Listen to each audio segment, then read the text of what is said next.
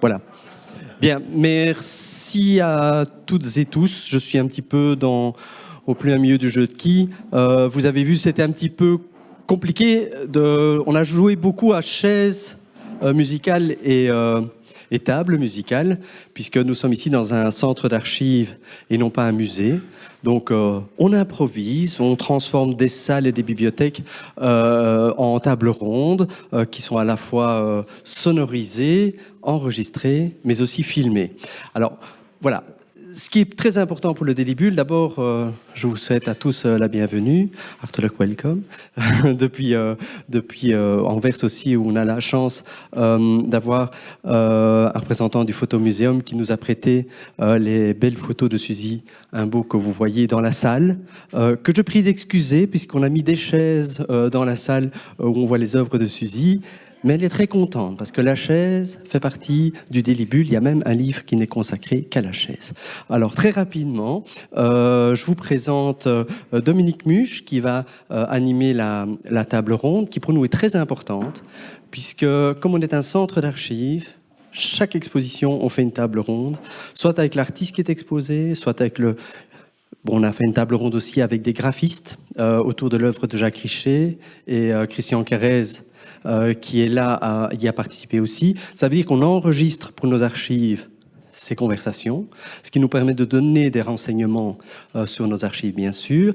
Et à ma droite, nous avons aussi Arthur Gaine, qui, comme tout réalisateur, aime bien se cacher derrière la caméra, c'est pour ça que vous ne le voyez pas, et qui tourne un film pour la Cinémathèque de la Fédération Wallonie-Bruxelles sur le Délibule. Après avoir fait un film qui fait date sur Paul Bury, Une poésie de la lenteur. Paul Bury, fondateur avec André Balthazar du Délibule. Et nous allons rendre... Il y a un grand hommage qui est rendu à Paul Bury, puisqu'il y a une exposition qui s'annonce au Palais des Beaux-Arts le 24 février, auquel nous prêtons aussi des œuvres, évidemment, qu'on ne trouve qu'au Délibule ou que chez Jacqueline. Voilà, donc Dominique Muche nous a fait le plaisir, à l'invitation de Georges Vercheval, d'animer ici la conversation, parmi des photographes qui sont là, qui se sont déplacés pour laisser leur témoignage, et avant tout, pour nous, c'est ça, c'est là vraiment la récolte de documents. Alors, je remercie rapidement Jean-Michel Collot, d'abord Francis Tondeur, à droite de Jacqueline, Jean-Michel Collot, Christian Carrez, Roger Cocarts, pour son hommage au Délibule, le commissaire Georges Vercheval, qui est là aussi pour, évidemment, son travail de photographe et d'avoir réussi à faire de ce Délibule, qui est un centre d'archives, un petit musée de la photographie pour l'occasion. Musée de la photographie, ça lui rappelle quelque chose. Denis Guilaine, venu de Liège, pour Philippe. C'était ce matin, Denis Guilaine. Philippe Guilaine, je reprends, justement, devant les Désespérément la ville, qui lui sert de décor. Ça me fera peut-être me faire pardonner de m'être trompé dans le prénom pour le décor. Charlène Guin, qui est aussi devant ces photos de musée objectif. Donc normalement, la scénographie n'est pas faite comme ceci. Il y a moyen d'aller voir encore des Van der Kam derrière et la suite des Neguin, mais pour la disposition des lieux, on n'a pas pu faire autrement que de pousser les cloisons. Pour le reste, je remercie Thierry Génicaud, qui est venu aussi de la première. Oui, mais ça c'est pour la fin. Et justement, qui a récolté des informations et des interviews comme ça, glanées, puisque l'émission passera jeudi, par oui dire, à quelle heure ? À 22h sur la première. Donc tout ce qui sera entendu ici, ce qu'il a glané depuis quelque temps, sera compilé dans l'émission pour écouter et qui va monter il a plus que 72 heures pour le faire. Et alors évidemment, Suzy Imbeau, conduite par Monsieur Dereuse, que je remercie aussi, qui nous a fait vraiment le tout grand plaisir de venir aussi compléter la table ronde. Voilà, j'ai déjà trop parlé. Allez-y. Il y aura un petit micro aussi, baladeur, pour l'une ou l'autre question, si vous êtes trop éloigné de la table. Bonne table, elle n'est pas ronde. Merci, et merci à vous Yves de Bruyne, merci à toi Georges de m'avoir fait venir pour cette rencontre. Je préfère rencontre que table ronde, d'autant plus que la table n'est pas ronde. Alors pour moi, le rôle d'une journaliste en l'occurrence, c'est avant tout de se taire et de faire parler les autres. Alors voilà, on va d'abord commencer par tous ces éminents photographes qui sont autour de moi, et puis bien sûr, c'est vous qui aurez la parole dans la salle. Alors, Georges, tu portes une double casquette au fond dans cette exposition, puisque à la fois tu exposes tes propres œuvres, mais tu es aussi le commissaire. Alors c'est d'abord au commissaire que je vais m'adresser. Il y a un sous-titre là qui m'a intriguée. Bon, j'ai le catalogue là sous les yeux, la photographie au délibule, sous-titre affinité et chamaillerie. Alors, très naïvement, je me demande ce que tu as voulu dire par là. Oui. D'abord, merci à toi d'avoir accepté de venir. J'avais envie de dire quelques mots de présentation à propos de Dominique Muche. Ah Quelque chose que j'ai trouvé. Dominique Muche, elle aime le chant, pas sous la pluie de préférence. Elle aime les sentiers de montagne, spécialement en descente, et les grandes causes, même perdues d'avance. C'est toi qui l'as écrit un jour, donc voilà, je pouvais me permettre de le dire. Elle est passionnée d'art et de manière générale de théâtre, de danse, de musique, d'art plastique. On lui a décerné en Suisse, en l'an 2000, le prestigieux prix Jean-Pierre Goretta pour son interview de Aurélie, femme de ménage de Jacques Brel aux îles Marquises. Est-ce que c'est pas très délibule, ça? Alors là, voilà. tu me surprends. C'était totalement inattendu. Passons aux choses sérieuses, si tu veux bien. Bon, je viens aux choses sérieuses, donc. Quand Yves de Bruyne m'a demandé « Georges, est-ce qu'on ne ferait pas quelque chose sur la photographie et le délibule ?» J'ai d'abord pensé que, qu'est-ce qu'on ferait bien, c'est vrai qu'un jour, André Balthazar m'a demandé « Georges, est-ce qu'on ne ferait pas un livre avec tes photographies et les textes que je ferai à partir de tes photographies ?» Oui, c'est bien. Et je connaissais bien sûr le livre de Charles Nguyen avec les textes de Paul Bury, et je connaissais le livre de Philippe Guillen qu'il m'avait offert en son temps avec les textes de Joseph Orban. Mais est-ce qu'il y avait beaucoup d'autres choses? Il a fallu réfléchir un petit peu, pas longtemps. Il y avait ceci et ça et ça. Et finalement, c'était une belle descente au fond, au cœur de leurs archives, parce que les archives sont merveilleusement classées ici, mais ça fait des boîtes et des boîtes et des boîtes, bien numérotées, bien classées. Aurélie Williams fait magnifiquement son travail, je trouve. Donc, oui, j'avais envie de faire ça. Et en même temps, je me disais, mais est-ce que la photographie a vraiment sa place dans le délibule? Est-ce qu'elle a eu sa place? Pourquoi a-t-elle trouvé sa place? Comment l'a-t-elle trouvée? C'était pas tout à fait évident. Parfois, elle arrive un peu en second rang. Il y a des petits livres, par exemple, je pense à celui de Daniel Fano, avec les photographies de Jean-Louis Godefroy. Sur la couverture, il y a le titre, le nom de Daniel Fano, et pas celui de Jean-Louis Godefroy. Tu vois? Ah ben non. Tu vois, Jacqueline? Bon, non, le photographe y est bien. Et donc, moi, j'avais envie de retrouver... Comment? Ah, évidemment, il est à l'intérieur, mais il n'était pas sur la couverture, pas au même titre que l'auteur. C'est-à-dire qu'au délibule, le texte vient d'abord, c'est clair. Voilà. Et donc, pas de chamaillerie entre nous, c'est vrai, mais il est vrai que la photographie... Comment? Vous êtes complémentaires, l'écrivain et l'illustration, absolument. Ben oui. Ben voilà. C'est complémentaire. Et donc, moi, j'avais envie de retrouver tout ce qu'il y avait là-dedans et tout ce qui est arrivé comme ceci, comme cela. Parce que, par exemple, dans les enquêtes, il n'est pas nécessairement... le photographe ne répond pas nécessairement par une photographie. Et d'autres répondent parfois par des photographies, alors qu'ils ne sont pas photographes. Et ça me plaisait bien de pouvoir mettre tout cela ensemble, ceux qui sont vraiment photographes et ceux qui ne le sont pas, mais qui se servent de la photographie, qui, de toute façon, a toujours quelque chose à dire. On vient de faire allusion au lien entre littérature et photographie, et je voudrais embrayer là-dessus parce que c'est vrai que quand on regarde l'ensemble des photographies qui sont montrées ici dans l'exposition, on se rend compte qu'effectivement, beaucoup d'ouvrages rassemblent à la fois écriture et photographie. Et donc à ce moment-là, on se pose la question de savoir, oui, qu'est-ce qui est venu avant? Est-ce que c'est d'abord la photo? Est-ce que c'est d'abord l'écriture? Et puis quels liens se sont tissés entre l'écrivain et le photographe? Et j'ai envie de m'adresser par exemple à Philippe Guillen. Philippe Guillen, donc l'ouvrage Désespérément la ville, avec des textes de Joseph Orban. On pourrait parler de vos photos. La ville, vous avez un regard très particulier sur la ville. Oui, si vous le dites. Non, C'est un pense... peu l'étrangeté de la ville qui apparaît. Pardon ? C'est l'étrangeté de la ville qui apparaît. C'est l'étrangeté de la ville, et puis c'est Joseph, là, on s'est très bien entendu sur la chose. Je viens du pays de Liège, et c'est très gris. Nous avons une grisaille habituelle et constante.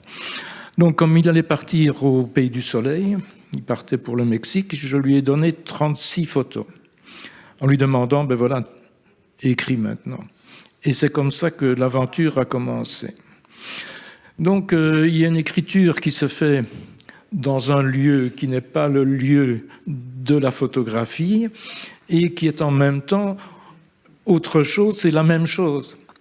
Donc, c'est là qu'on se rejoint et là où on se sépare aussi. Et tantôt, nous étions en train de parler avec Georges, et je disais, ce qui se télescopie ici, moi, directement, c'était la chose qui m'a le plus intéressé, quelque part, immédiatement, c'est le problème du temps. Nous nous confrontons à travers l'écriture avec le temps. Et c'est un temps passé, un temps présent, peut-être un temps futur. Et là, nous sommes dans ces relations-là. Et avec désespérément la ville, 3 points de suspension, l'affaire n'est pas dite, l'histoire n'est pas jouée, mais nous continuerons l'aventure. Et j'espère encore peut-être avec le Délibule et certainement avec Georges, etc., pendant longtemps. Alors, affinité entre vous et Joseph Orban. Alors, vos affinités avec le Délibule? Oui. Mais comment l'aventure a commencé avec l'exposition en je ne sais plus quelle année, mais chez Raymond Vervink, à la librairie. Et alors, Raymond Vervink connaissait forcément Balthazar, Monsieur Balthazar, Jacqueline, etc. Et ça s'est enclenché lors de l'exposition. Donc, tout s'est mis en place à ce moment-là.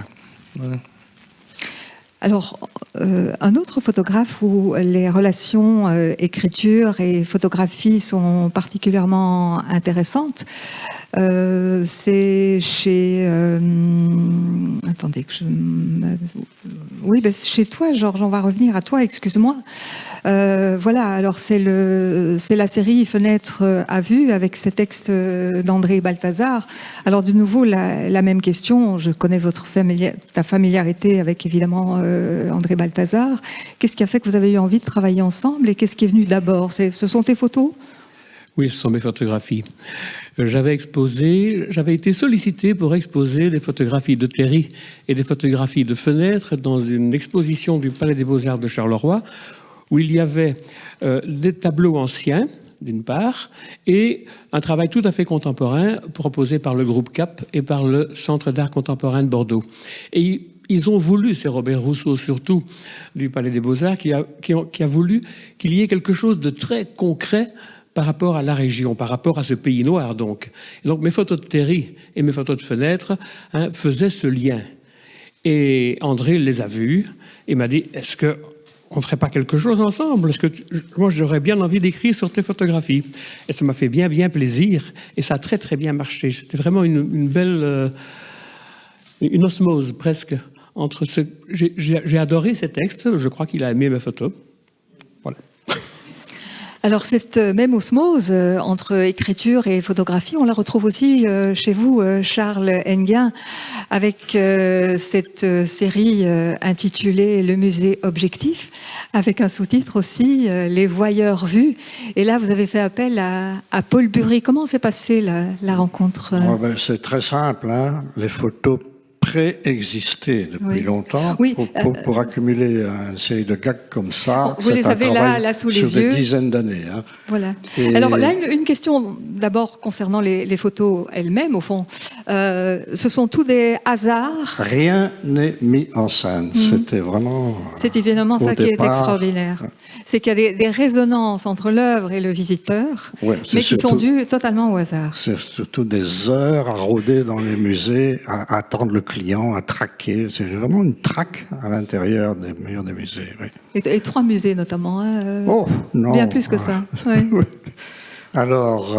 Et qu'est-ce qui vous a donné envie de cette démarche?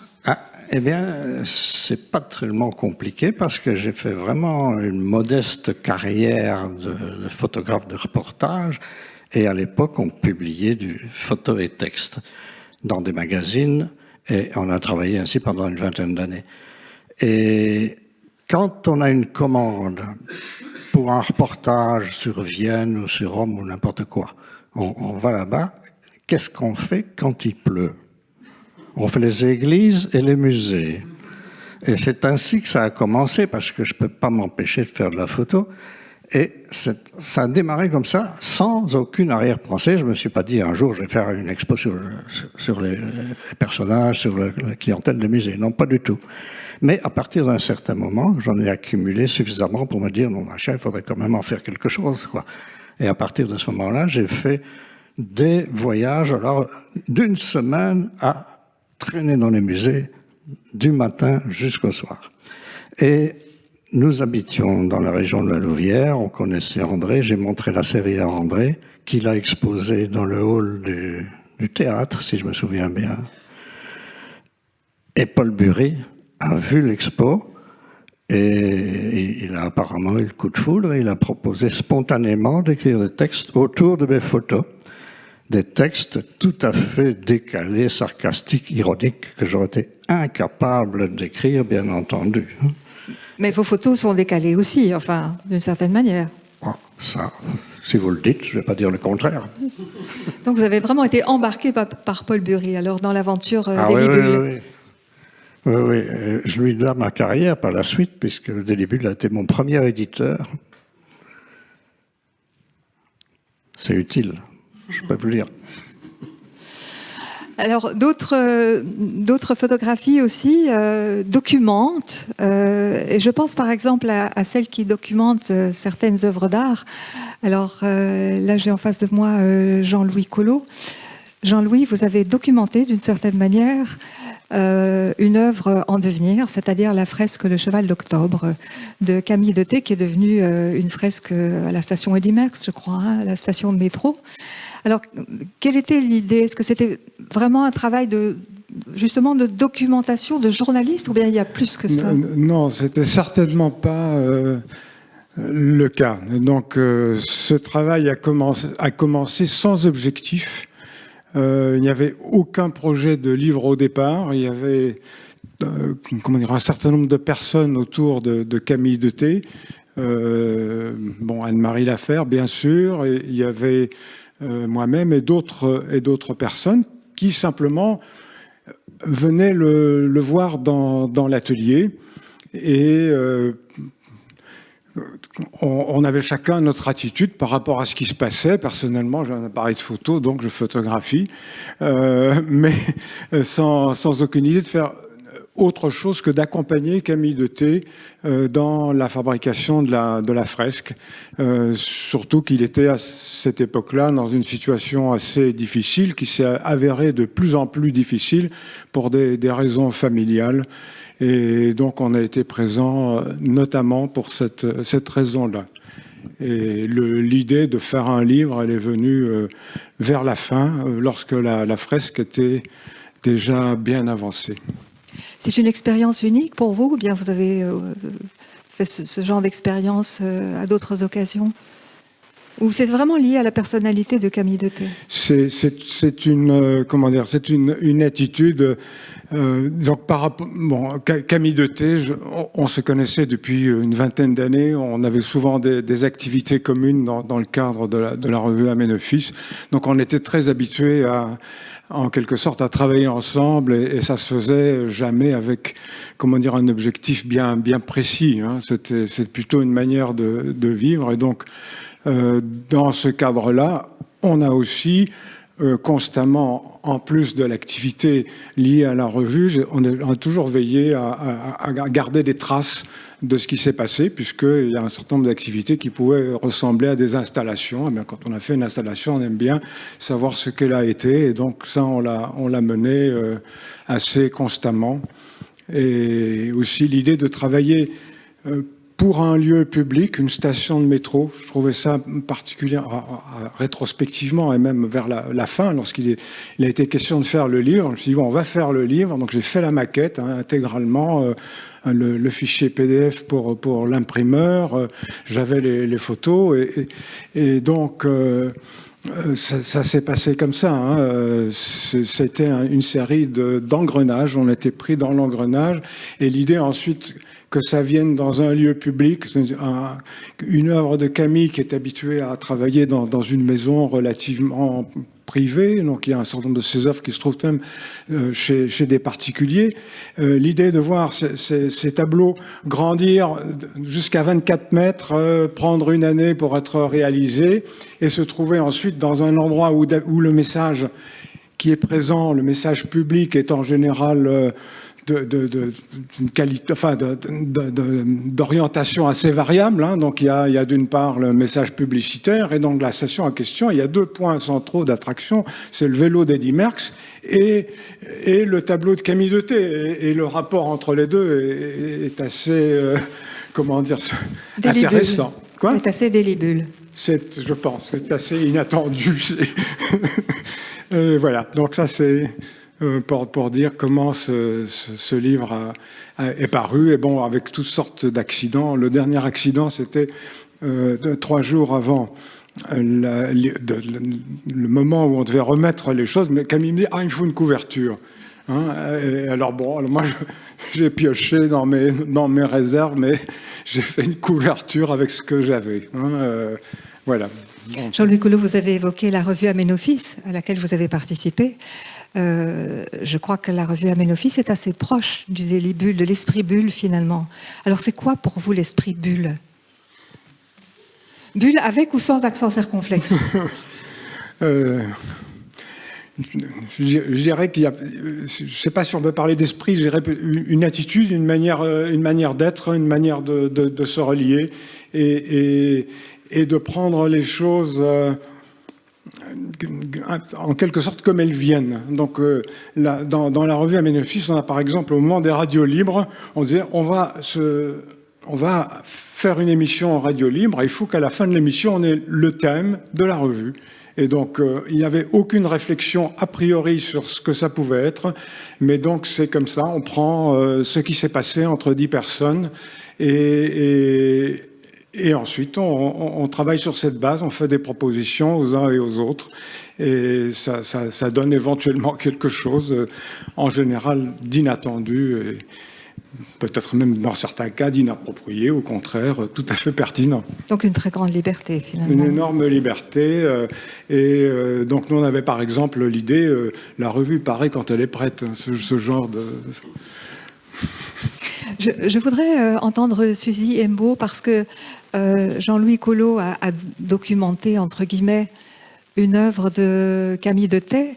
Alors, vous, une de vos plus belles séries, c'est celle où vous documentez, d'une certaine manière, une œuvre d'Alechinsky, Les yeux ouverts. Oui. Alors, de nouveau, la même question que celle que je viens de poser à Jean-Louis Collot. Est-ce qu'il s'agissait de documenter ou bien de beaucoup plus que ça par rapport à cette œuvre qui se déploie sous votre objectif? Non, c'était un contact que j'avais avec Pierre, quotidien. On habitait ensemble à La Bosque, une ancienne école avec Reynaud, et dans un grand jardin, une pelouse, et il a pris de l'encre et un papier, et bon, j'ai photographié cette revue-là, cette peinture-là, qui s'appelle Les yeux ouverts. Ça, c'est amusant pour une photographe. Vous parliez de complémentarité. Je vois qu'ici, je suis la seule femme. Il est encore plus étonnant et rare de trouver 2 sœurs photographes. Voilà, nous sommes anversoises, toutes les 2, et on a eu une vie professionnelle, photographique particulière. Et voilà, je voulais absolument insister sur ce détail. Non, ça va. Plus proche. Sinon, on ne vous entend pas. Tant mieux. Carrément. Vous mangez le micro. Oui, d'accord. Alors, je trouve que c'est assez surréaliste ce que vous dites, aussi bien vous au sujet d'Aménophis que de Délibule. Il y a un rapprochement avec la manière dont André Breton, sauf que, heureusement pour vous, il n'y avait pas de, je ne peux pas dire dictateur, mais de personnes qui avaient quasi tout à dire et qui pouvaient refuser, mettre à la porte. Enfin, quelqu'un que j'ai quand même très bien connu, que j'aimais beaucoup aussi. Voilà. On va continuer parce que vous avez encore beaucoup de choses à nous dire. Vous avez aussi, il y a aussi... J'ai apporté une photo qui date de 1956. C'est au moment où nous avons fait notre première exposition, Suzy et Lou Embo, au casino d'Ostende. On nous voit, ma sœur à l'extrême droite, moi au milieu, mon papa, ma maman et les deux filles, les cousines. Voilà, que j'ai retrouvée par hasard. Elle a téléphoné. La maman de ces deux petites filles, Doris, est morte en même temps que le mari de Loulou, Fulvio Reuter, qui est un grand photographe italien. Et ils ont eu l'idée de vouloir nous retrouver et elles ont téléphoné à la commune de Boitsfort, pensant qu'il y avait quand même pas mal d'artistes à Boitsfort. Bon. Et le commissaire de la culture a dit oui, je veux bien prendre votre numéro, mais il faut... voilà. Et alors, bonjour, c'est Catherine David. Ça me disait absolument rien. Pour finir, mon franc est tombé. Et voilà, ce sont ces deux petites qui ont maintenant plus de 50 ans. Donc c'est en 56 qu'on a fait notre première exposition. Donc on avait déjà... Je suis née en 36, comme il est indiqué sur le catalogue, très discrètement. Voilà. Donc on était déjà bien installés et photographes toutes les deux en 56. Et on a eu une très très bonne année, ce qui l'a fait très mauvais. Et on s'amusait à cocher les gens qui rentraient. On a eu 40 000 personnes en 3 mois, donc c'est pas mal. On s'amusait beaucoup et voilà. On sait que le Délibule, comme le mouvement surréaliste d'ailleurs, travaillait notamment par enquête. Et il y a eu une grande enquête qui posait la question « Qui êtes-vous » Et c'est par une photo que vous avez répondu. Ça vous semblait tout à fait naturel de répondre à cette question par une photo, un autoportrait? Mais oui, tout à fait. Je ne peux rien dire d'autre. J'ai en principe rien à dire. J'ai à montrer ce que mon regard accroche. Vous avez beaucoup travaillé pour le théâtre laboratoire Vicinal aussi. Entre autres, c'est Charles aussi un Flamand. épisode important dans votre parcours? Important comme tout ce que j'ai fait était important, sinon je ne pousse pas sur le bouton, quoi. Voilà. Et dans ces occasions-là, on vous demandait de faire des photos ou bien c'est vous qui alliez vers les gens? Par exemple, Je ne me souviens pas comment j'ai rencontré Charles Flamand, j'ai plus le souvenir. Mais normalement, c'est lui qui m'a demandé de photographier Reel. Et voilà, ça s'est très très bien fait, quoi.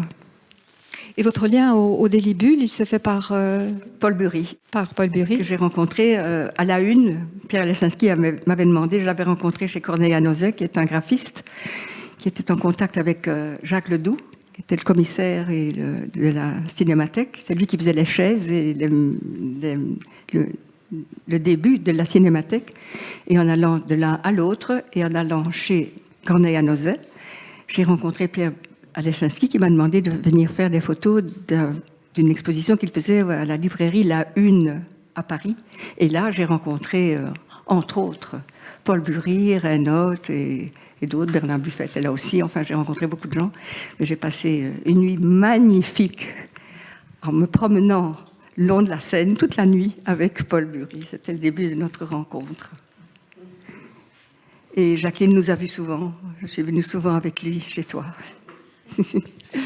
Voilà. C'est toujours très émouvant. Parce que j'ai fait une série de photos et un film, une petite vidéo. J'avais rendez-vous avec un ami qui allait me conduire au Château Senef, au moment de l'exposition qu'il faisait de ses sculptures. Et le soir même, avant de partir, j'apprends la mort de Paul Bury. J'ai fait ce film dans une grande émotion. Je ne sais pas si tu l'as vu, peut-être, oui, non. Personne ne voit mes vidéos. Je les ai laissées dans un tiroir, soit dans un tiroir, et maintenant j'arrête. Et je promène des chiens. C'est très gai. Oui, j'ai vu cette vidéo, effectivement. Oui, vous l'avez vue. Elle est belle, hein? Oui, magnifique. Elle est émouvante, oui. hein? Oui. On ne voit pas votre visage. Pardon? Ou alors je me trompe peut-être, mais bon, je sais peut-être pas cette vidéo-là. Enfin bon, peu importe. On en parlera tout à l'heure. Si vous voulez. Nous n'avons pas encore entendu Roger Coquarts. Alors, chez vous, ce qui est particulier, c'est que bon, vous transformez la photographie et vous utilisez aussi d'autres techniques que vous mêlez à la photographie, ou bien, je veux dire, c'est pas uniquement la photographie qui est votre moyen d'expression. Oui, bon, je suis photographe créatif depuis les années 50. Et dans les années 70, ma femme, qui était originaire de la Louvière, et aussi amie de jeunesse de notre amie ici présente, Jacqueline, m'a introduit au monde magnifique du délibule. Il faut aussi dire que à cette époque-là, au début des années 70, je travaillais à l'ULB et j'avais un accès facile à l'ordinateur. Et j'avais commencé à faire des abstractions géométriques à l'aide de l'ordinateur. Et avec la nouvelle acquisition que j'avais faite du délibule, j'ai eu l'idée de faire des diptyques où une photo était en paradoxe ou en relation intime avec un texte. Et pour faire les textes successifs, j'ai employé tous les caractères, les symboles et chiffres sur un clavier d'ordinateur. C'était des textes dans lesquels le graphisme était très important. Pardon ?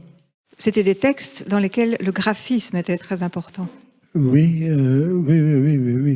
Et je cherchais un rapport avec la photo pour commencer. Et bon, c'est ainsi que sont nés les diptyques. Ensuite, je travaille soit à partir d'une photo où j'adapte un texte, ou bien d'un texte où j'adapte une photo que je fais spécialement pour. Voilà. Et votre lien au délibule, votre lien au délibule, vous l'avez dit, votre participation aux éditions Délibule, le fait que vous ayez... C'est-à-dire... ça s'est fait par hasard? Par affinité aussi avec... Non, comme j'ai eu connaissance du délibule, l'idée m'est venue de faire des diptyques. Donc avant, je n'en faisais pas. Et j'en fais encore toujours aujourd'hui. Merci. On est en train de parler de transformation de la photographie. On est parti de la photographie documentaire, entre guillemets, et puis on va arriver maintenant aux œuvres de Francis Tondeur.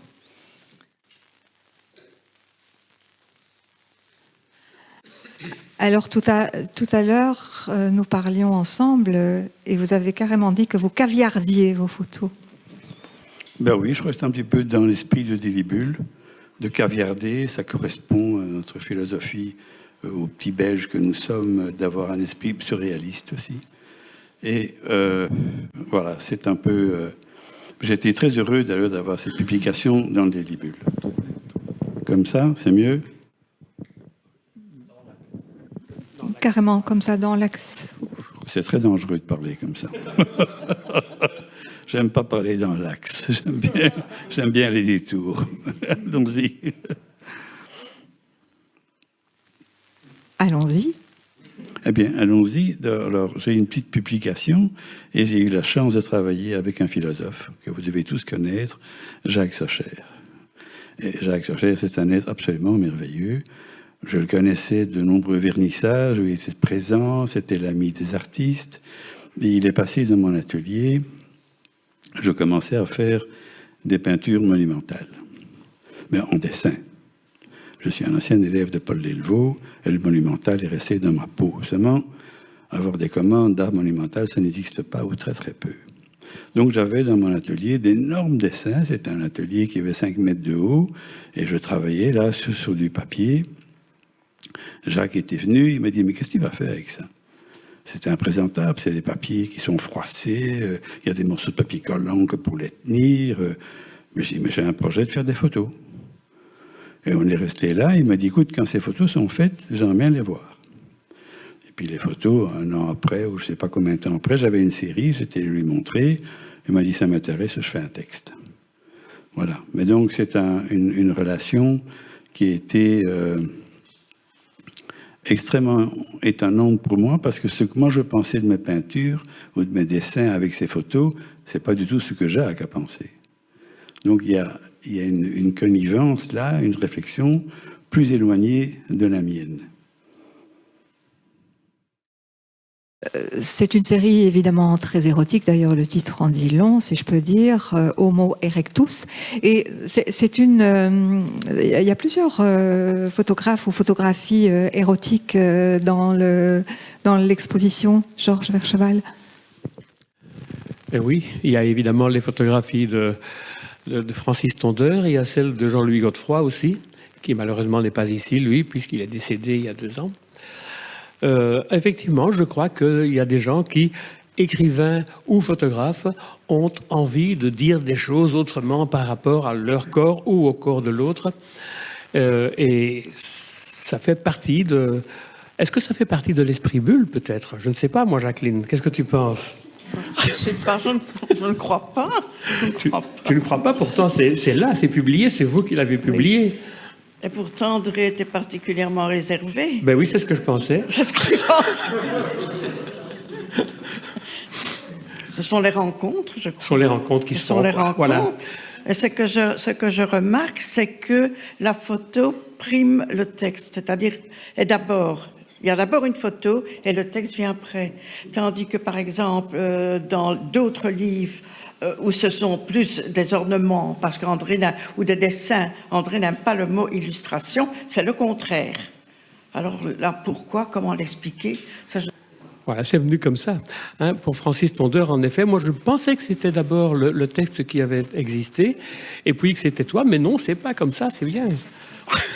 Et sur l'histoire de Homo erectus, évidemment, nous avons été Homo habilis, nous avons été Homo erectus, et puis nous sommes arrivés au sapiens, et pour finir au sapiens sapiens que nous sommes.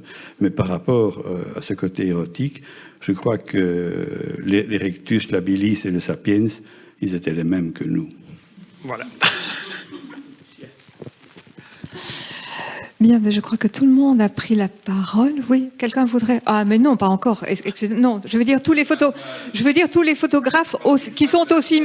Tous les photographes au CIMES, en tout cas. Voilà. Oui, Jean-Michel Pochet, tu veux peut-être ajouter quelque chose? Il y a un micro. Oui, il y a un micro là qui se balade.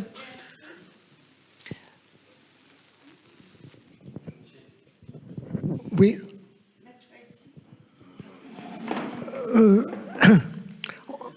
Il y avait une question intrigante de Dominique Muche où elle disait le début est Aménophis. En fait, j'étais éditeur responsable d'Aménophis parce que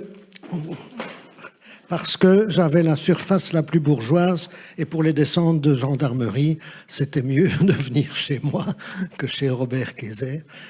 Puisque, par exemple, notre imprimeur avait dit « c'est fini, je ne veux plus travailler avec vous, vous faites des cochoncetés, etc. » Donc, je pourrais résumer, je pourrais dire que le délibule, c'est Aménophis en mieux. D'abord l'ancienneté, ensuite leur surface, etc. Mais sans le délibule, en fait, nous sommes venus, moi j'étais ami avec Marcel et Gabriel Picret, plus Marcel, moins Marcel. Qui sont présents d'ailleurs dans l'exposition, entre parenthèses, avec des photos de Serge Van der Kam. Hein. Exactement, exactement.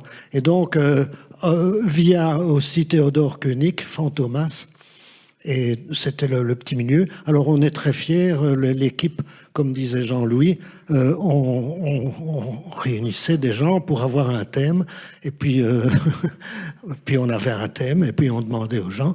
Et en fait, je suis fier d'avoir participé à ça, puisque la civilisation millénaire des Égyptiens s'est arrêtée à Aménophis IV. Nous avons commencé avec Aménophis I et nous avons été jusqu'à Aménophis 36.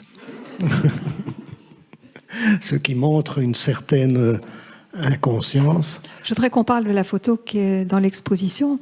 Le photographe photographié On avait le voyeur vu, ici on a le photographe photographié. Mais comme je disais, c'était un week-end de novembre, il faisait mauvais. J'habite à la Trinité et c'était à Liselp, au parc d'Egmont. Il y avait une séance, venez, il y a des prises de vue de nu. Oh, je me disais, ça m'intéresse. Quelle horreur, oui. Qu'est-ce que je vais faire un dimanche avec mon petit objectif? Et puis, je me suis dit, allez, c'est l'occasion. À l'époque, j'avais un appareil avec un film en noir et blanc dedans. Mais on ne se rend pas compte. En 1980, par exemple, maintenant, trouver un film, c'est devenu impossible, puisqu'on n'en fabrique plus. Mais en plus, trouver un film à l'époque, je me suis dit, allez, Pochet, tu as ton appareil, j'ai été. Puis je me suis rendu vélo, compte... bien entendu. Oui. Oui. Et, excuse-moi. Non, je me suis rendu compte que c'était pas mon aventure de faire des photos de nu, et je me suis dit, je vais mettre en dehors, faire des photos de ceux qui photographient le nu. Conclusion, j'ai eu une photo en 82, publiée par le Délibule, donc je suis très fier d'arriver le siècle suivant avec ma photo qui ressort sur les Cimaises grâce à Yves de Bruyne. Et en fait, ils ont créé un prix reportage pour me le décerner. Puisque en nu, j'étais nul, si je puis dire. Mais j'aimais bien, je trouve qu'il y a un esprit Cartier-Bresson, la seconde qui compte. Parce que ce petit bonhomme qui est plié en deux, avec ça, un peu punk ou hippie, et il prenait, on ne connaît plus ça, mais ça devait être 1/1000 de seconde ou centième, et puis après c'était fini, l'image n'était plus intéressante, quoi. Merci Jean-Michel. On va entendre maintenant celui qui est un peu l'intrus dans l'aventure, le diable qui va sortir de la boîte. Christian Carrez, en effet, vos photographies ne se retrouvent pas au Cimaises de l'exposition. Alors qu'est-ce que vous faites ici, tout compte fait? Alors voilà, donc il y a quelque temps, il y a Georges qui me dit « Est-ce que tu es d'accord de participer à une table ronde dont le titre, je le rappelle, c'est « La photographie est-elle soluble dans le délibule ?» Je lui dis oui, pas de problème. Et puis il y a 10 jours, 15 jours, je viens visiter l'expo, ça c'est la moindre des choses quand même avant de pouvoir en parler. Et là je suis assez stupéfait, très déséquilibré et un peu de travers, parce que j'ai l'impression que la majorité des images que je vois, et ça n'est évidemment pas du tout un jugement sur les dites images, moi je vois pas le rapport avec le délibule. Comme je suis plutôt un oiseau qu'un ornithologue, je me dis, peut-être que j'ai jamais rien compris au délibule. Le délibule, la première fois que j'en ai entendu parler, ça doit être... c'était pendant mon service militaire, ça n'est pas hier. Parce que je m'étais fait un ami qui est un Louviérois et qui connaissait bien Chavet et tout ça. Moi, c'était un mystère, je connaissais rien. Et puis après, celui qui m'en a parlé peut-être le plus, c'est Topor, donc je croyais avoir compris un petit peu ce que c'était. Heureusement, je découvre à ce moment-là une phrase que je vais avoir du mal à retrouver ici, où Marcel Avrène dit généralement, ce qu'on pense du délibule, c'est pas tout à fait ça, ou c'est pas du tout ça, donc au fond, c'est pas très bien ce que c'est. Me voilà donc soulagé. Je téléphone pour faire court à Georges en disant je suis vraiment pas sûr que je suis vraiment l'invité le plus raccord pour ton débat parce que en effet moi il y a des tas de choses je vois pas le rapport. Et j'ai revisité l'exposition tout à l'heure et pour beaucoup d'images je le vois pas. Mais c'est pas pour ça qu'il n'y a pas.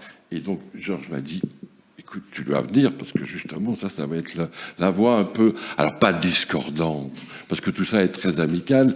Et pour moi, et puis je termine, je veux qu'il n'y ait pas de confusion avec photo et texte, ça me semble être un autre débat, auquel je tiens beaucoup et qui me passionne. Mais pour moi, le délibule, même si vous ne me demandez pas ce que je crois que c'est, j'ai mis des mots comme ça. J'ai mis, toc, toc, toc, toc, effronterie, transgression, télescopage, nonsense. Mais ça, c'est peut-être parce que je suis un fou du nonsense. J'ai mis des noms, les Branquignoles, Elsa Popine, Max Brothers, Glenn Baxter. Je sais que ça ne se limite pas du tout à ça. Et c'est vrai que dans les photographes, moi j'aurais bien vu Les Crims, dont on ne parle plus beaucoup, mais qui est quelqu'un que j'aime beaucoup, qui a un humour incroyable, certaines séries de Dwayne Michaels, ou alors, encore très différent, Plonk et Replonk. Voilà. Et voilà, et je n'ai pas grand-chose de plus à dire, si ce n'est que, par rapport au rapport texte-image, je suis vraiment un accro de ça. J'ai beaucoup... j'ai tenté d'inculquer ce goût pour le mélange de texte et d'image à mes étudiants quand j'étais prof à la Cambre. Et je continue. Et les 3 expériences que j'ai eues les plus enrichissantes, il y en a une qui clope tout à fait avec celle de Francis Tondeur, puisque c'était avec Jacques Socher. Une deuxième avec Raoul Van Engem, une troisième avec Caroline Lamarche. Mais on n'a pas travaillé ensemble. Ils ont fait des textes sur mes photos. C'est généralement dans l'autre sens que ça se passe, mais là, c'est comme avec Jacques, que tu as eu, et j'en garde un souvenir. Et encore une petite chose, il m'est jamais arrivé, dans la partie documentaire social de mon travail, de vendre mes photos aux journaux, parce que j'étais quand même certain que le texte qui allait les accompagner allait être exactement le contraire de ce que je voulais mettre dans la photo. Il ne vous est jamais venu à l'esprit de contacter le Délibule? Non, parce que je les connaissais, mais je n'avais pas besoin de les contacter. Pour publier, je veux dire, demander. De leur proposer oui, c'est mes ça photos. que je veux dire. Ouais. Non, je ne fais jamais ça, moi. Non, pas du tout. Mais pour revenir, ça n'est pas venu, c'est tout. On n'a jamais travaillé à la commande. Non, justement, ça aurait pu arriver. Alors ça peut être intéressant ça aurait pu arriver comme ça. De remettre un peu les choses, oui. Comment se passaient les collaborations, en fait? Qui demandait quoi? Par des rencontres et par les coups de foudre. Voilà, c'est ça. Ou les coups de cœur, je devrais plutôt employer les coups de cœur. Mais on n'a jamais demandé à quelqu'un vraiment de faire quelque chose, sauf si c'était par une rencontre. Mais quelqu'un pouvait vous demander, par contre... C'est toujours. C'est comme ça que ça se fait. La plupart du temps, ça a été comme ça. Oui. Mais par contre, vous avez fait les enquêtes, et là, vous avez demandé à des centaines de gens de répondre à une grande question qui était... Qui êtes-vous, ou bien les autres tombes, quel sera le dernier lieu où vous serez quand vous serez mort. Voilà. Des questions comme ça sont très intéressantes et des tas de gens ont répondu. Malheureusement, tu n'as pas été interpellé. Christian, je suis désolé. Voilà. Ça, on peut voir dans les archives. Tu aurais pu l'être. On peut voir dans les archives si on ne vous a pas contacté. Vous n'avez peut-être pas répondu. Maintenant, tu as cité des gens fort intéressants comme Les Crims, Dwayne Michaels, etc. Mais ces gens ont fait leur travail qui est dans un certain esprit qui est le leur, et qui n'ont pas été approchés par le Délibule et qui n'ont pas pensé à se proposer au Délibule. Voilà, c'est très dommage. Je voulais simplement mais dire ceci dit, ceux-là, je les aurais bien vus. Oui. Évidemment que... Mais ceci dit, tous ceux qui ont participé au Délibule avaient une certaine vision qui est la leur et qui sont tous différentes. Parce que le Délibule, peut-être que Yves de Bruyne pourra nous rappeler ça. Le Délibule, qu'est-ce que c'est? Attends, où vas-tu là? Il est parti. Il s'est caché derrière les panneaux. Il fait le tour derrière d'autres images. Voilà.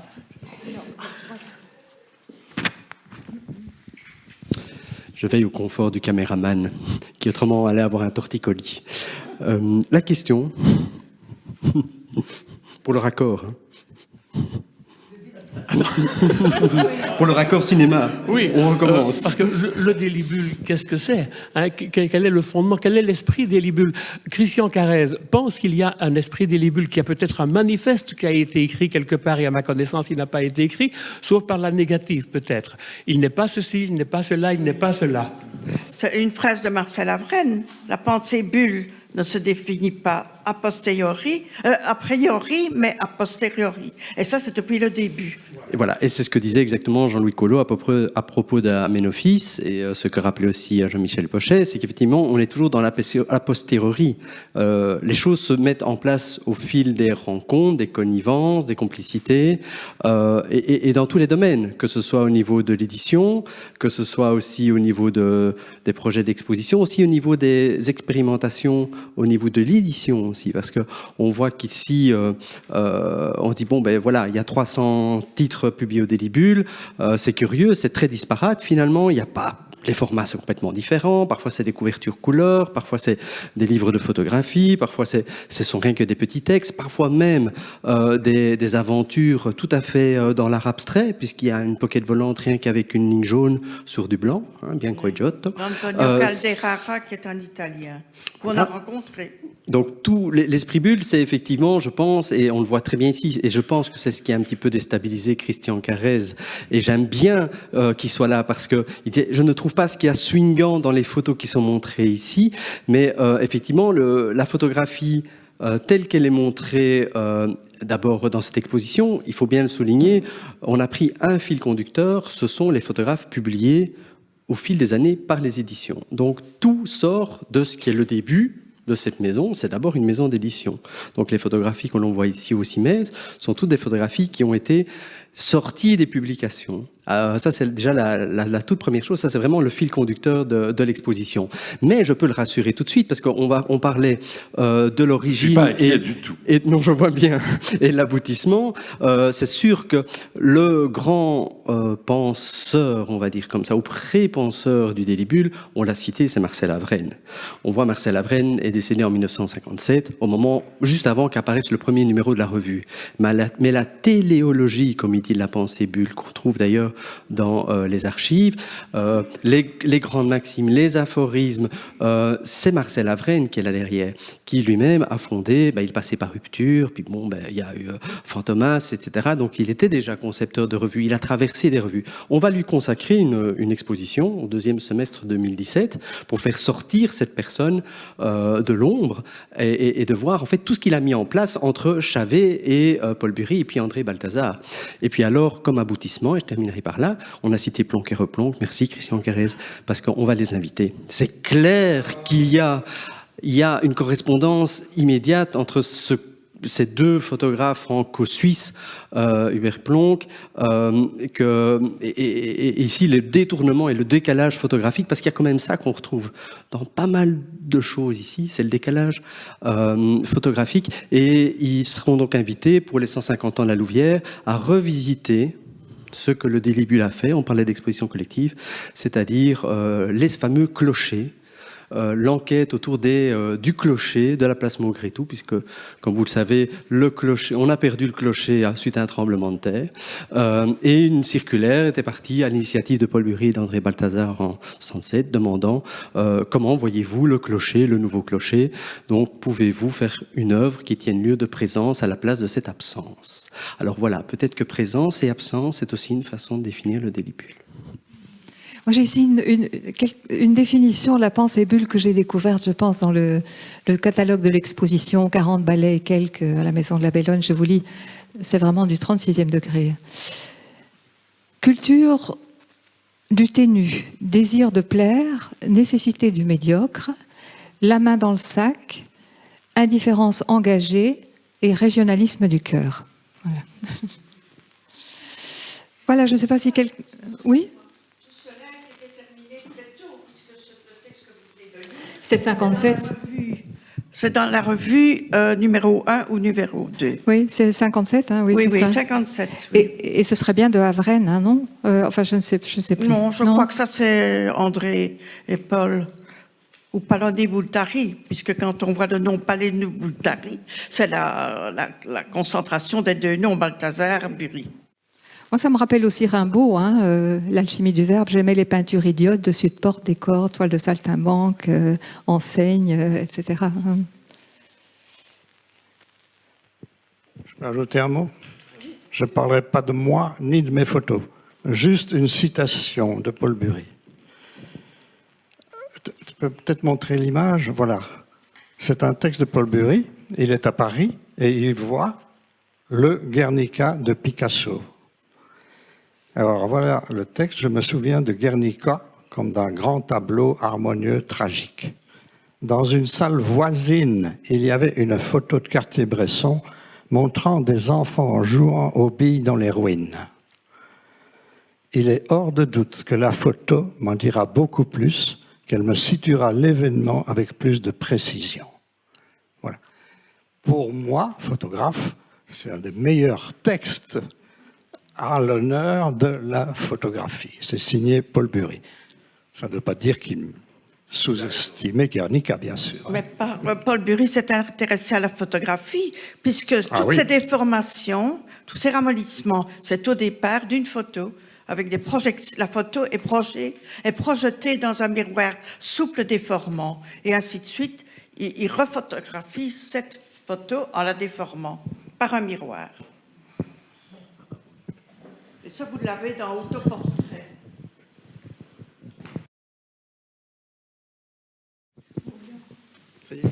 Est-ce que quelqu'un veut encore intervenir? Moi, oui. Non, vous avez le micro, oui.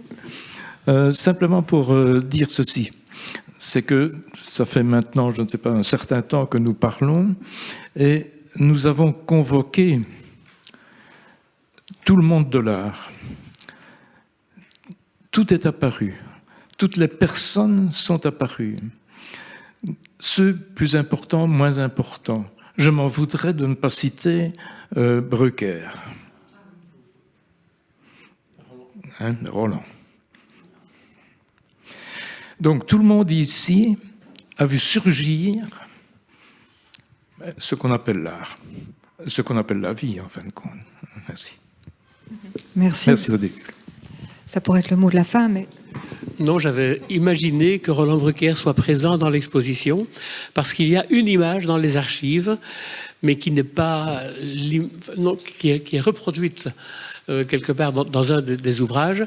Mais c'est un montage fait par Roland Brucker et on n'a malheureusement pas retrouvé l'œuvre ni dans nos archives ici. Normalement, on ne garde pas les œuvres que les gens nous prêtent, évidemment, que les gens prêtent au Délibule, et dans la famille non plus, malheureusement. Mais vraiment, on a beaucoup pensé à lui. Voilà, mais je voudrais peut-être revenir un instant au commissaire que tu es aussi, Georges. Finalement, comment as-tu conçu l'accrochage? Parce qu'il n'y a pas de lien apparent, en tout cas. C'est pas la chronologie. C'est quoi? C'est des affinités Les affinités, oui. Et on ne s'est pas chamaillé, hein, contrairement à ce qu'on pourrait penser pour l'accrochage.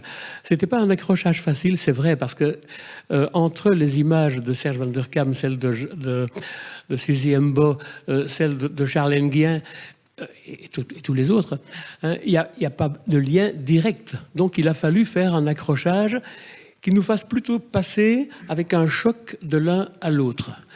Ça n'a pas été simple sur un autre plan non plus, c'est-à-dire qu'il y avait dans ce lieu qui, Yves l'a rappelé tout à l'heure, n'est pas un musée mais un centre d'archives, il a fallu travailler un peu sur le lieu. Donc enlever des portes, ce qui n'est pas facile, demander à l'administration communale, hein, qui est responsable du bâtiment, de bien vouloir enlever des portes. Chaque porte qui s'ouvrait comme ça enlevait un pan de mur. Hein, d'ouvrir aussi des lieux à l'étage, au second étage, qui n'étaient pas ouverts jusqu'ici, pour faire couler tout doucement l'exposition d'un lieu à l'autre. C'est tout ce qu'on a essayé de faire. Il n'y a pas d'autre, et je suppose que Christian me le reprochera, hein, il n'y a pas de... il n'y a pas de lien immédiat entre les uns et les autres. C'est une suite de personnalités qui sont liées par leur attachement au Délibule, parce que ce sont des gens qui sont attachés au Délibule, hein, qui ont souvent d'ailleurs, il y a une exposition ici, mais d'autres, enfin, il y a leurs œuvres qui ont participé à une publication par exemple, mais ils ont également des images qui ont été qu'ils ont envoyées en fonction de telle et de telle enquête. Donc c'est pas mal. Il y a des gens qui ont année après année, participer à ceci, à cela, et donc sont entrés dans l'esprit, bien qu'il n'y avait pas de véritable réunion des libules. C'est pas le cas, c'est pas ça. On n'est pas chez Breton, voilà. Voilà, je ne sais pas si quelqu'un ici autour de moi veut encore ajouter. Oui. Je voulais ajouter qu'on n'a pas parlé des pockets volantes, qui étaient quand même une histoire magnifique. Tout le monde avait la possibilité de faire n'importe quoi, ce qu'on voulait. Et voilà. C'est un... Et vous y avez participé, il faut ajouter, oui, oui. Et il y a en effet images de Suzy Embo dans une pocket volante qui, celles-là, n'ont pas été exposées ici. Elles existent. Le petit livre est là. Hein, on peut l'ouvrir peut-être. Hein, voilà. Je ne sais pas si tu peux le tenir mieux que moi. Ouais. Voilà. Voilà.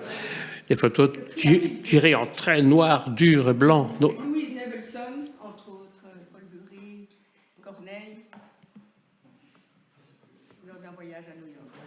C'était la toute première fois pour les pockets volantes, c'est la toute première fois qu'on a utilisé de la couverture couleur. Ce qu'on ne voyait pas dans d'autres maisons d'édition. Et d'ailleurs, parfois, on pourrait dire, tiens, c'est dommage, la couverture se décolore, mais à l'époque, le papier n'avait pas été étudié pour ne pas se décolorer à la lumière. Voilà. Alors, pourquoi pocket volante? C'était un pocketbook. C'était le moment des pocketbooks. Et en plus, il y avait une autre idée, c'est que la pocket volante, ce sont les pustules laissées, les traces laissées par la varicelle. En wallon. Voilà. Oui, je voulais juste savoir ce que le devenir des libules. On a parlé de son aventure Ça, c'est à Yves de Bruyne à répondre. Et je suis ici à côté de Jacqueline, peut-être aussi qu'elle pourrait répondre à cette question. c'est une bonne question. Et Yves fait le tour du panneau pour l'instant. Hein, pour voir. Alors le délibule, il y a deux choses au délibule. Il y a la maison d'édition, qui date, premier numéro c'est en 57, donc il y a plus de 300 publications. Il y a 60 ans aussi de tirage de tête, donc à la fois les petites publications ordinaires jusqu'aux tracts, aux affiches, aux pins, aux mélangeurs de Paul Bury, jusqu'aux exemplaires de tête. Donc ça, c'est à la maison d'édition qui continue toujours, puisqu'on continue à publier, enfin Jacqueline continue à publier sous le label des éditions Le Délibule, 2 ouvrages par an, avec une mission en fait qui était donnée par le ministère de la Culture, c'est de continuer à publier les manuscrits qu'André avait considéré comme finalisés, parfois même il y en a encore un qui date de Paul Bury, et qui n'ont jamais vu le jour ou pu voir le jour aussi, puisque tout le monde regrette ici le départ vraiment précipité, trop précipité d'André, qui aurait pu nous raconter, on aurait dû le coincer dans un couloir et dire voilà, maintenant tu as 5 minutes à nous raconter sur chaque livre. Bon, on n'a pas eu le temps, on n'a pas eu la possibilité, puis il n'aime pas ça non plus, être coincé dans un couloir, c'est pas du tout ça le but du délibule. Donc il y a deux manuscrits finalisés du temps d'André qui sont là dans les archives de Jacqueline et d'André Balthazar. Donc on a publié les contes à rebours, on a publié un recueil d'aphorismes qui s'appelait Les Petits Pavés, très très beau, un petit pavé comme ça, avec un aphorisme par page. On va publier, et ça va sortir le 22 janvier, donc c'est l'occasion de faire la transition. Le 22 janvier, on va publier un manuscrit finalisé d'André Balthazar, marqué pour Antonio Segui. Et alors, on l'a envoyé à Antonio Segui, et qui a renvoyé, un mois et demi après, 52 dessins originaux. Ça va paraître le 22 janvier, en regard du texte d'André, avec un tirage de tête et une sérigraphie originale. Donc ça, c'est annoncé pour le 22 janvier, où vous êtes tous conviés, parce que Thierry et Nico me posaient la question, comment ça se fait qu'on prolonge l'exposition qui devait s'arrêter, vous avez vu, tous le 18 décembre. Effectivement, le 22 janvier, c'est la sortie du livre d'André à l'occasion d'une visite commentée par quelqu'un qui, comme Carrez, qui ne fait pas partie, qui n'a pas publié de photos au délibule, mais je trouve qu'il est vraiment dans le délibule. Et puis quand on a fait la table ronde autour de Jacques Richer, on a appris 1000 choses de ton amitié et ton parcours avec Jacques Richer, qui a fait un très beau livre de photographie ici. On n'en a pas parlé. Philippe Guillaine parlait de Brucker, mais il y a aussi ce fameux Jacques Richer avec Ricordo di Carrare, qui est un livre, Les Porello, tout à fait exceptionnel, réalisé pour le délibule.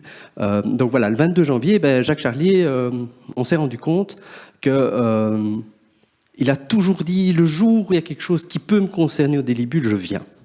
Et on l'a pris à la lettre.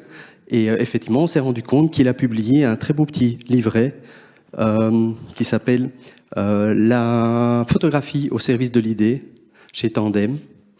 Autres compagnons de route d'André, c'est Monsieur Beljon, Gabriel et Thérèse. Dans ce petit livret ici, il raconte tout son rapport à la photographie. Et on va faire une visite commentée avec lui, c'est-à-dire qu'on va se promener comme il a fait au Grand Tour Nu pour sa rétrospective, et il va choisir quelques photographies, y en parler, parce qu'il faut commencer. Il a dit, moi d'abord, j'ai commencé par la photographie.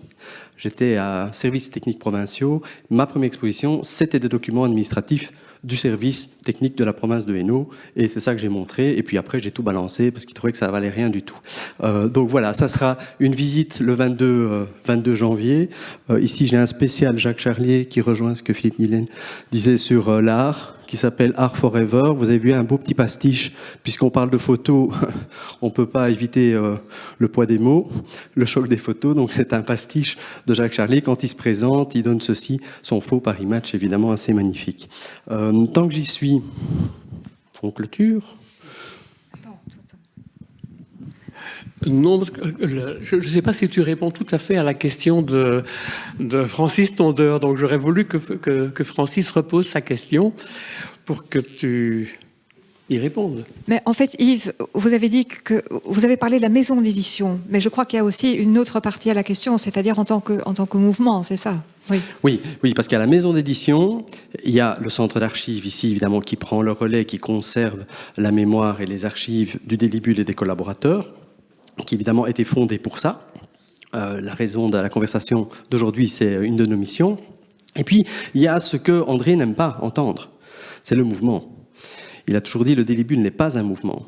Ce sont des rencontres, ce sont des complicités, ce sont des connivences, c'est du hasard, ce sont des amitiés, il n'y a pas de mouvement. Et la grande question que tout le monde pose, maintenant que les deux fondateurs ne sont plus présents, donc du Délibule historiquement, c'est-à-dire Paul Bury et André Balthazar, qu'est-ce qui va en devenir? Est-ce que le mouvement va continuer à s'agrandir, s'élargir à d'autres collaborateurs?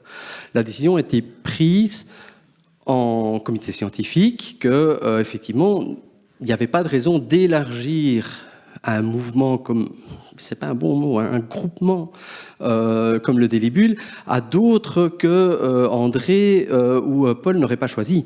Et d'ailleurs, ni André ni Paul n'ont choisi de successeurs pour continuer les éditions Le Délibule. La personne qui est là et qui est pivot, c'est Jacqueline, évidemment, et à qui on peut encore demander beaucoup de choses. Mais Cobra, ça a duré 3 ans. Je veux dire, il n'y a pas eu de post-Cobra, de néo-Cobra, de post-Cobra. Par contre, là où c'est très important, et ça c'est notre mission publique, c'est qu'on continue à diffuser les extraordinaires publications de ces pionniers. Pour moi, ce sont vraiment des pionniers dans beaucoup de domaines de l'art, que sont Paul Bury et André Balthazar, et les complices qui sont ici aussi d'ailleurs. Et dès que les livres ne seront plus disponibles, sous forme d'objets, tout a été numérisé par la communauté française et on va les rendre disponibles, et on les rend déjà disponibles sur notre base de données où on peut feuilleter la pocket numéro 2 de Marcel Marienne qui s'échange maintenant et s'arrache à 250 €. Voilà, donc notre mission est de continuer à promouvoir et diffuser dans le public. Dans ce sens-là, le Délibule continuera. Oui, c'est pas tout à fait la question que je m'attendais comme réponse. Moi, je pensais qu'il y a vraiment un suivi. C'est pas parce que Balthazar et Bury ne sont plus là et sont plus présents que cette aventure ne peut pas continuer. Et je crois que les gens ne sont pas irremplaçables. C'est simplement ça. Et qu'il peut y avoir sûrement des gens qui ont envie de prendre les rênes de cette belle aventure. Ça ne sera plus la même chose. Ça ne sera plus la même chose de toute façon. Le centre, vous autres centres, vous nous aidez bien pour archiver, pour numériser, etc. Mais les publications faites par vous, c'est à base de nos archives. Tandis que nous, Maison Délibule, c'est à base des manuscrits. Oui, alors justement, là je terminais là-dessus. Effectivement, il y a toujours quelqu'un qui peut prendre le relais de quelque chose d'autre. Le tout, c'est que ça continue à avoir un sens. Et l'autre chose, c'est que effectivement, les publications sont là, et je pense que d'abord et avant tout, c'est une maison d'édition. C'est d'abord une revue, Et c'est une maison d'édition avec des livres numérotés, signés, avec des fidèles. Et cette maison d'édition, elle a son catalogue. Et puis, ben oui, comme Marabout, elle a eu son catalogue aussi. Voilà. Et ça, c'est très important aussi, parce que si on continue aussi à... On ne peut pas, par exemple, faire des facsimilés. On s'est posé la question. Tiens, les épuisés, pourquoi est-ce qu'on ne tirerait pas en épuisé en facsimilé, le numéro 2 de Marcel Marienne que j'évoquais tout à l'heure? Parce que si on le fait, toute la valeur pionnière et avant-gardiste et bibliophilique tombe d'un coup. Parce qu'on n'aura plus l'objet. Ici, on reste dans l'objet authentique de la maison d'édition. Et c'est avant tout une maison d'édition. Moi, je ne crois pas qu'on pourrait retrouver le même esprit que l'esprit qui a été créé par André et Paul dans la continuation. Une question encore dans la salle? Je peux le prendre alors. Bon, Zérouni à l'appareil, au micro, pardon. Je voudrais poser une question d'abord technique. J'ai 3 questions. La première, pour moi, le délibule, c'est l'impertinence. Ça résume en un mot. Secondo, je veux poser une question à M. Hanneguien. Est-ce que c'est plus difficile de faire une photo à partir d'un texte ou l'inverse?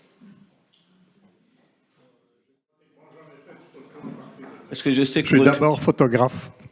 Je reste vous... d'abord photographe, même si j'ai publié pas mal par la suite, mais photo d'abord. Et est-ce que vous avez eu des relations avec Charlie Hebdo? Moi? Non. Des relations avec Charlie Hebdo, c'est ça? Quelqu'un a eu des relations avec Charlie Hebdo? Non, pas. Si, il y a évidemment, il y a Topor qui a traversé tout, Harakiri, Charlie Hebdo, Batia. Enfin, je veux dire, au niveau de la presse satirique, effectivement, il y a tout un courant qui traverse ça. Mais il n'y a pas eu spécialement d'échanges ni de rapprochements, tels que, par exemple, le Batia Moursou, qui fait partie des collections aussi du Délibule, qui est un journal satirique montois. Lui était même encarté dans l'édition de Charlie Hebdo Belgique. Donc ça, c'est tout à fait étonnant. Mais le Délibule, dans nos archives, etc., n'a pas eu de relation directe et étroite, si ce n'est à travers des collaborateurs communs. Est-ce qu'on a répondu à vos questions, monsieur? Moi, je voudrais revenir sur l'impertinence. Le Délibule n'est pas qu'impertinent. Le Délibule éditait, donc, comme je vous ai dit, des coups de cœur, des rencontres. Parce que je pense subitement à François Jacquemin. Vous trouvez que François Jacquemin est impertinent? Achille Chaffé, oui. Mais François Jacquemin n'est pas impertinent. Donc, c'est très difficile. Donc moi, j'aurais une petite question pratique. On a parlé que le fond du Délibule serait numérisé.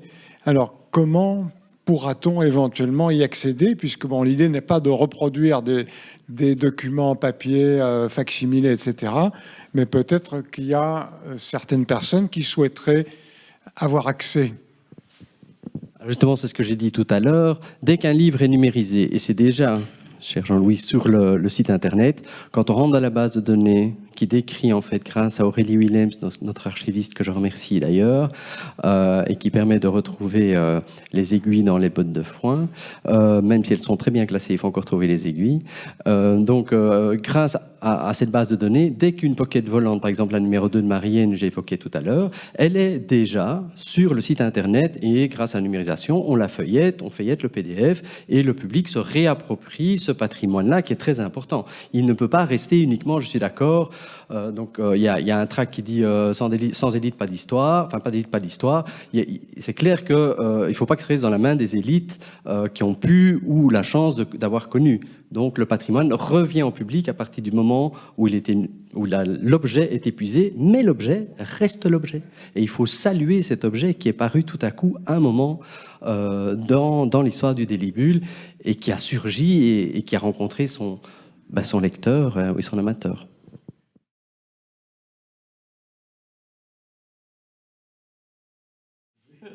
Transmutation.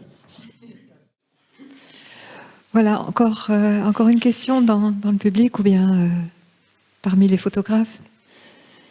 Non, je ne sais pas, on peut en rester là. Alors, Alors, on peut effectivement d'abord remercier très chaleureusement Dominique Muche qui m'a dit comment est-ce que je vais faire pour traverser tout ça. Merci à Georges d'avoir eu le flair de dire qu'il fallait l'inviter, qu'elle allait coordonner ça merveilleusement bien. C'est tout à fait le cas, en rebondissant de l'un à l'autre. Merci Dominique Muche. Je pense qu'un petit applaudissement. Vraiment, maintenant, ça vous ennuie, mais ça s'impose. Voilà, parce que c'est aussi beaucoup de boulot, c'est traverser tout ça, c'est venir visiter l'exposition avant, c'est aller dans les livres, c'est se replonger, enfin bref. Merci beaucoup évidemment à Georges Vercheval, le commissaire de l'exposition, qui a fait surgir des pièces qu'on ne s'imaginait pas et qui nous a permis d'ouvrir aussi des portes auxquelles on n'aurait jamais eu accès, que ce soit à Charleroi comme à Anvers. Et merci à tous les photographes qui sont là, qui sont venus, qui ont participé, qui ont bien participé. Merci au public d'être là aussi, bien sûr. Voilà. Et avant ça, n'oublions pas, parce que d'ailleurs le photographe, on disait justement qu'on ne voyait pas toujours la tête du photographe, sauf chez Jean-Michel Pochet. Il y a aussi ici des techniciens, il y a aussi des ingénieurs du son, il y a des caméramans et réalisateurs. Donc je remercie évidemment Arthur Guenne de la Cinémathèque de saisir ces instants qui seront aussi importants puisque ça donnera lieu à un film, donc ça permettra de continuer la diffusion de la pensée bulle, et à Mario Benvenuto du Centre culturel évidemment, qui lui est ingénieur du son et qui nous permet en captant cette conversation, d'ici la fin de l'année, elle est sur notre site internet, comme vous pouvez entendre toutes les conversations qui ont eu lieu depuis 2010, c'est-à-dire avec Marcel Moreau, Jean-Baptiste Barognan, Christian Carrez avec les graphistes, etc. Donc cette conversation, merci à vous. Si vous autorisez à ce qu'on à céder vos droits sur votre voix, ce sera sur le site internet.